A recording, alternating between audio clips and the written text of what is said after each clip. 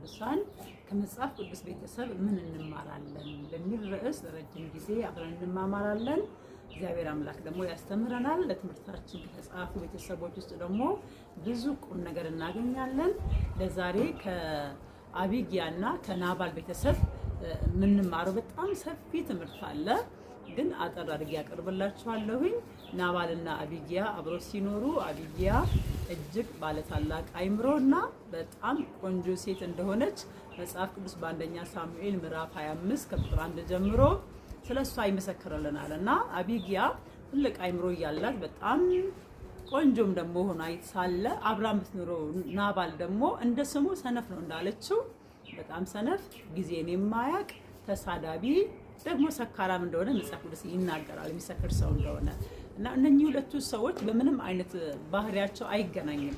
እና አቢግያ የናባልን ባህሪ ችላ፣ ውድቀቱን ችላ፣ ያለበትን ሁኔታ ሁሉ ችላ አብራ እንድትኖር ያደረጋት ነገር ምንድን ነው ብለን ስናስብ የመጀመሪያቺ ሴት ውብ ሆና እያለ ትልቅ አይምሮ እያላት ከእንደዚህ አይነት አይምሮ ከሌለው ሰው ጋራ በጣም አርቆ ከማያስብ ሰው ጋር፣ ተሳዳቢ ከሆነ ሰው ጋር፣ ጠጪ ሰካራም ከሆነ ሰው ጋር የሚያኖራት ነገር እሷ እጅግ እግዚአብሔርን የምታከብር እግዚአብሔርን የምትፈራ ሴት መሆኗን እንማራለን ከአቢግያ ሕይወት።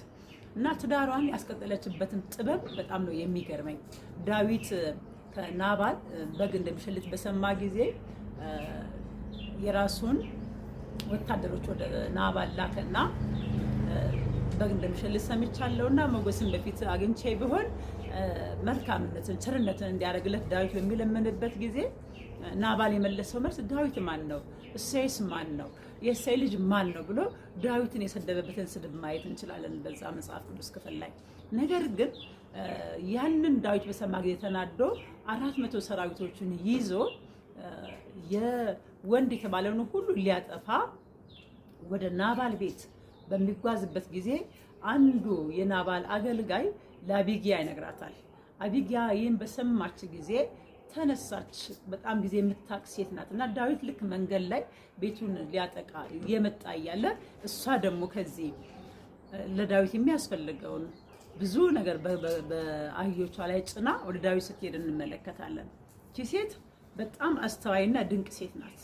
ቤቷን፣ ትዳሯን፣ በቤቷ የሚኖሩትን ብዙ ወንዶች እንዳይገደሉ ጥበበኛ ሴት በመሆኗ አስቀድማ እንደ ስንፍና እንደ ባሏ ስንፍና ሳይሆን ያደረገችው ቤቷን ከሞት ስትታደግ ሰላም ስታወርድ እንመለከታለን።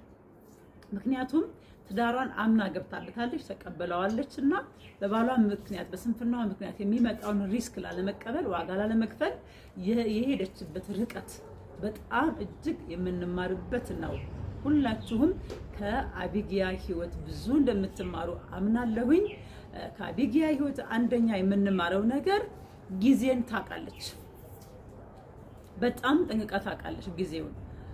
ባለቤቷ ግን በዛ ሰዓት መጠጥ እየጠጣ ይሰክር ነበር በቤት ውስጥ ቁጭ ብሎ። ዳዊት መጥቶ እንደሚያጠፋው እንኳን ነግሮት አያስተውልም ነበረ።